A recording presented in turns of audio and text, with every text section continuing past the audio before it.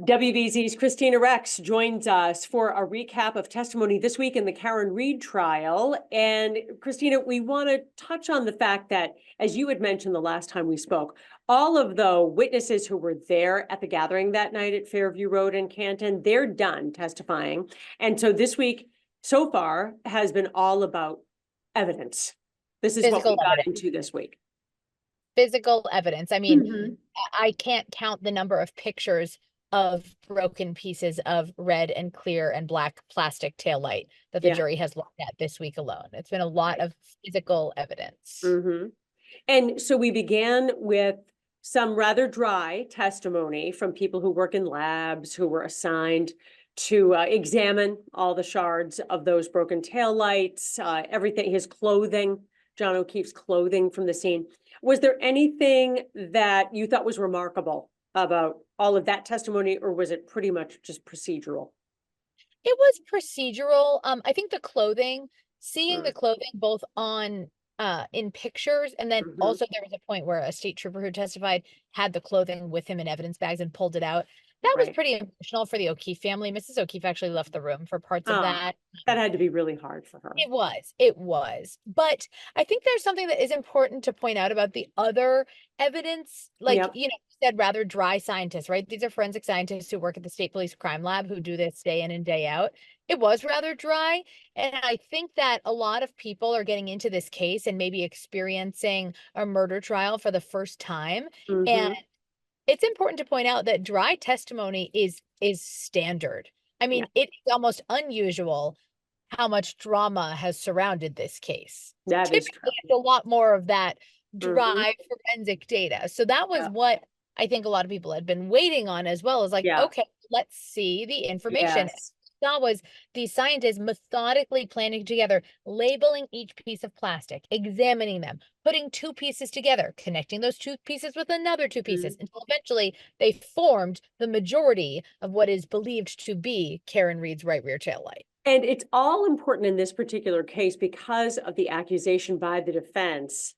A chain of custody of the evidence, for instance, would be very important because of the accusation that this was a frame-up job and that evidence might have been planted, right? Was there anything the defense said that might have contributed to that theory, do you think, in the jury's eyes? So the defense did ask those forensic scientists a lot about the chain of custody, and both of them, or all three of them, pointed out, you know, chain of custody, I only keep track of that once this is in my possession. Nothing that happened to this evidence before it came to me is any of my business. And so I'm not sure that point really landed with the scientists, but we definitely got more into that today, even, and in state trooper testimony. So let's talk about that. The next person on the stand is important because he is the supervisor of the lead investigator in the case, Michael Proctor, who we've heard so much about, who has not testified yet. But explain this state trooper sergeant who we have been hearing from the last 2 weeks. One note on Trooper Michael Proctor, which, you know, it's kind of been a mystery when we're going to hear from him. We did just find out today from defense attorneys. They were told the state will be calling Trooper Michael Proctor. So he is going to testify. He's going to testify for the state soon. The sergeant who testified the last 2 days is Sergeant Yuri Buonic.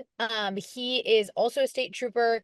He was on call in a supervisory role that weekend, and the Trooper Proctor was on call in a detective role that weekend. So, you know, because of the timing of this being on a weekend, Trooper Proctor kind of automatically got the case he testified to, and then Sergeant Buonic automatically became his partner / supervisor on the case because they were the ones working that weekend. So we've heard from him for now 2 half days, maybe a little more than that, of testimony. And this is a man who was a Marine, served as a Marine, had a military role, then went into the police force. So did he strike you as authoritative and believable? Yeah, I mean, if you can imagine a rock solid investigator, I think that's what he came off as. He has this like Eastern European accent. He is very like, strong jaw, like draw an AI image of a police officer. And he's kind of that. He has the classic haircut and he speaks very seriously and he chooses his words very carefully. Like he did not give anything up. In fact, there's this perfect example today in cross-examination. The defense attorney was asking him, like, didn't you call Good Samaritan Hospital and say to them you thought the victim had been hit in the face by a cocktail glass? And he just said, no, that is not correct. No, that is not correct. Right. And once we finally got to why it wasn't correct, the truth was that, no, he didn't call the hospital and say that. He called the medical examiner. But he is so he wants the attorneys to be very precise. Yes, he is not going to slip up on anything. So that was interesting to have someone who was, so serious about their word choices on the stand. And businesslike, because we've heard a lot of emotional people so far, right? The sort of lay people who have been in the courtroom for the first time. When you get to a police sergeant, a state police sergeant, you're going to get someone who's been on the stand before. Yes, and his memory of the exact times he went places, the exact dates he went places. And then if he doesn't remember something, he says, I cannot remember that. I do not remember that. And he's not going to speculate about things he doesn't remember. So yeah, he's definitely more of a professional witness than other witnesses we have seen in the weeks leading up to him. There was a lot made of this video of Karen Reed's car in the sallyport, which is what it's called, at the police station once it went there. And she had some obvious reaction and comments to her. Talk and now to us why. about why. This is a great opportunity for me to show you some behind the scenes work right now. Right, so we're in the car. Okay, this is Terry. Say hi. You know Terry. The great Terry McNamara, one of our famous WBZ photographers. Right now. That's the video he's talking about as we speak. And the reason he is looking Hang on over one right second, now Kristina, because you froze up a little bit there. So slowly turn your phone back and let's zoom in on it a little bit. Can you see? There we go. Get a little closer. Okay. So that is Karen Reed's car after it was towed away from Fairview Road back in the sallyport of the Canton Police Department. Correct. And we see people walking around by the right rear tail light. That is significant. So this is why it became significant today. Okay. This video was brought into evidence by the prosecution yesterday and it was viewed. And based on the way you see the video naturally, you assume you're looking at the passenger side of Karen Reed's car. However, today and the passenger side rear tail light is the one that was damaged. Right. However, today on cross-examination, the defense team points out this video is actually mirrored. And you can tell because there's writing on the police car that's backwards. There's numbers in the video that are backwards. I see. So what my photographer is working on right now is he's going to flip the image so you can see what it looks like in real time. Because what it actually looks like is that's the driver's side of Karen's car we're looking at, not the passenger side. Oh, that's fascinating. And so her initial reaction was, what is that? It's the wrong side, right? Yes, and you could see her say on the live stream, that's the left side, not the right, or that's the right side, not the left. You saw her get very animated in court. Yes. And we found out why today, and that's because this video was mirrored and prosecutors didn't reference that. That's unusual. When showing it. Yeah. Well, it's like when you sometimes on your cell phone, something will be exactly. Right? You use the selfie camera. The whole thing is mirrored. The whole thing is mirrored. The whole thing is mirrored. And so okay, so that was kind of much ado about nothing. Maybe, maybe not. After court, the defense attorney suggested in his interview with me on the walk out of court that that may have been deliberate. That the prosecution, he said, may have deliberately showed mirrored video to mislead the jury. That's a big accusation. That's a big accusation. It could have just been a little sloppy. Right. It's also a gimmick that I think a judge would really call a prosecutor out on. Do you think? If they did try a gimmick like that? I don't know that that would fly. Of course. And the thing is, we're not done with this yet. So this conversation continued to the end of the day. And the defense attorney told me he still needs 10 to 15 minutes for cross-examination. And then the prosecutor has an opportunity for redirect, where I assume. Because what's in dispute, right, is explain why the taillight. Well, you know what? let's take a quick break. And when we Okay. come back, I'm going to have you explain why the tail light is so important and detail about it is so significant in this case. We're talking to WBZ reporter Kristina Rex about covering the Karen Reed trial. We'll be right back. Welcome back. We are continuing our coverage this week of the Karen Reed trial with WBZ reporter Kristina Rex, who's been in the courtroom every minute, and she's bringing us up to date. And what we wanted to focus on in this portion, Kristina, was people have heard in general about that maybe he was hit by a car, he died in the snow, but we're really zeroing in now on the significance of the taillight on Karen Reed's car. So let you take it away and explain how this was presented in court and why it has such significance. There are many layers to this. So from prosecution testimony, so direct examination of state police officers who collected evidence and forensic scientists who pieced together that evidence, according to them and prior witnesses, Karen Reed allegedly said to people, maybe I hit him, I might have hit him, I think I have a broken taillight. And so that then prompted investigators to search for pieces of broken taillight.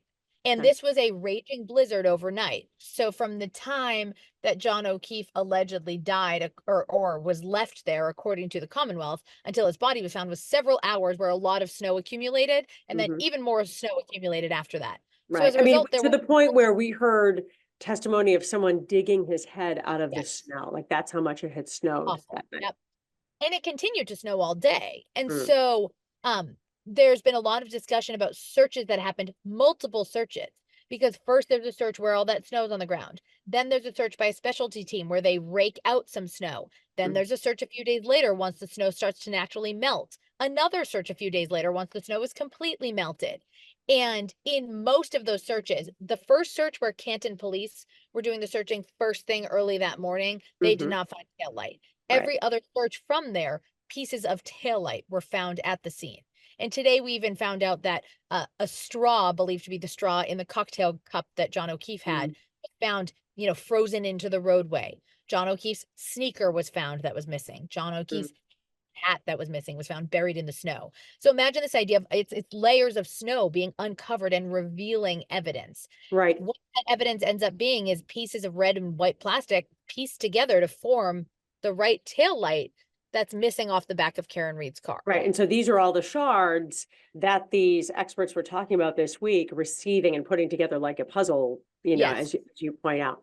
Okay. Now, the reason it matters from the defense side is that the defense has several different theories of the case, but they really zeroed in on the chain of custody of evidence because they say Karen Reed maybe did not hit John O'Keefe with her car and her taillight was not broken.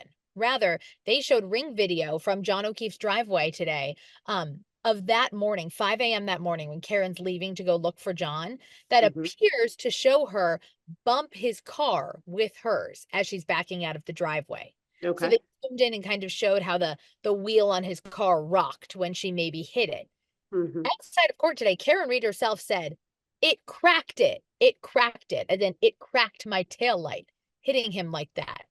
Then the defense has suggested that Trooper Michael Proctor was later alone with Karen Reed's car in the Canton police sallyport, where they again have hinted that perhaps he had the opportunity to fiddle with evidence, if you will, and later plant taillight evidence at the scene at that home in Canton. Right. But you're saying investigators say when they went back at various times as the snow was melting, they didn't all find it at once. It was between layers of snow over time.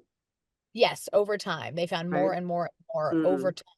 That was all tested. And also, there were other ring videos shown that show Karen's car driving in various locations earlier than when it was in the sallyport, where the prosecution told the jury and the witnesses to look, and it appears as though perhaps part of her taillight might be missing. The defense says, no, it's all there in that video. So it's really just a matter of letting the video speak to the jury. Oh, that's very, very interesting. And so it's just so complex. Today I noticed the defense attorney asked Sergeant Buonic about the Canton police chief driving by looking for evidence. And did he think that was suspicious? And the sergeant said, well, no, it's a death that happened in his town. And even though they weren't leading the investigation because so many Canton cops were there, that wouldn't be unusual for a police chief. So I thought that was an interesting exchange. It was an interesting exchange. And the way he described it, I think it depends on what people want to interpret from Canton police recusing themselves. The defense has wanted to paint this picture of what should be perfect policing. Canton police recuse themselves because of familial connections to the witnesses in that house. So they shouldn't be anywhere near this, according to defense attorneys. Sergeant Buonic on the stand says, well, no, it was my understanding that they recused themselves from conducting interviews because they know the witnesses in the case. However, they were still there for manpower at times when needed, and they lent the state troopers their sallyport and the place to hold evidence. And so they weren't fully removed from the investigation. They just didn't do any of the interviews in the investigation. Exactly. And it's also been described to me, I didn't grow up in Canton, I'm not from Canton, but it has been described to me by multiple people that Fairview Road is a cut-through road. So it's not an uncommon road for people to be driving on, according to people who live in the area. And so Sergeant Buonic said he didn't think it was weird at all that the police chief would have checked to see if he saw anything on the lawn as he drove through. Where a Boston police officer died, in his town, which I thought was an interesting point. So let's look forward, because now we know the investigator, Michael Proctor, is going to testify. Right. And so just to remind people before we get to that, since this is the last time we'll probably be speaking this week, as we look to that testimony, why is that so important? So I think if this were any average murder case, it would not be so important. The lead investigator always testifies in a murder case. They're the one who collects all the evidence. They're the one who organizes everything. The reason it has become so important in this case is because the defense has said that Trooper Proctor was conflicted and had a conflict of interest. And he is under an internal investigation. He is.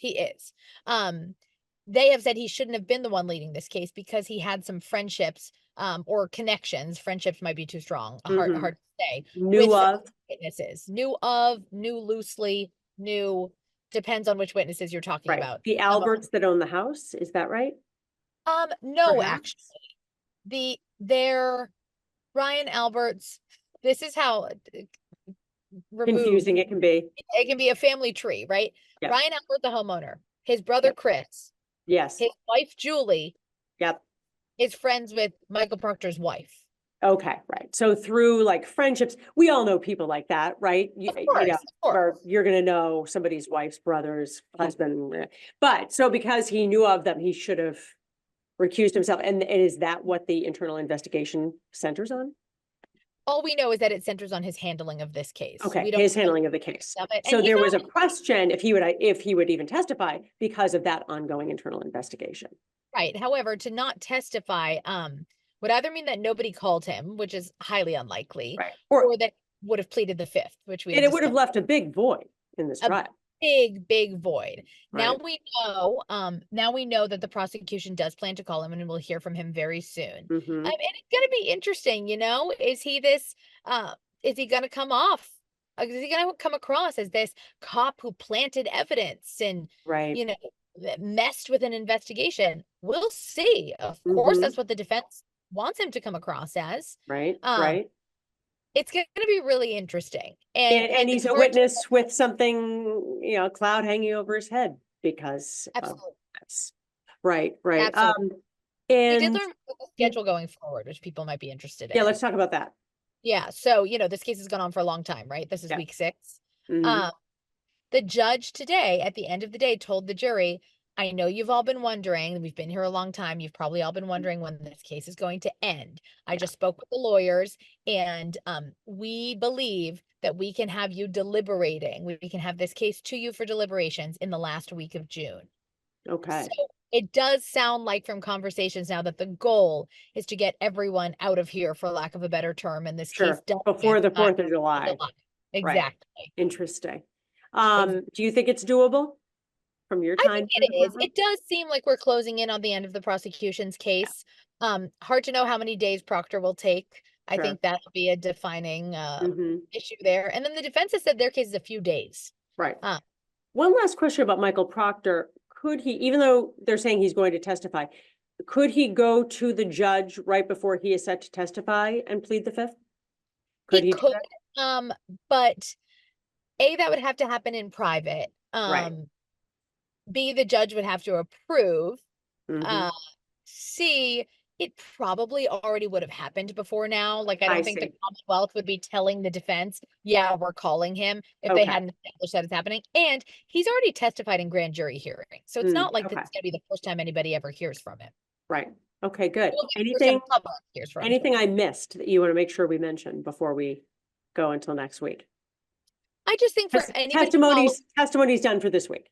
yes, Right. yes. Okay. So we're back on Monday morning. I Okay. just think for anybody following this case, Mhm.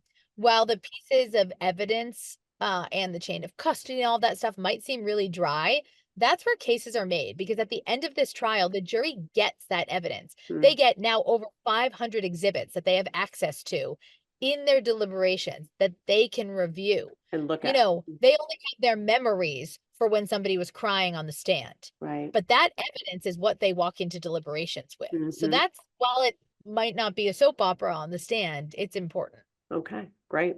Excellent job as always. WBZ's Kristina Rex and photographer Terry McNamara there showing us the video. Thank you, T-Mac. And we'll see you again with more next week from the Karen Reed trial. Thanks, Perfect. Kristina. Thanks. Bye. Bye.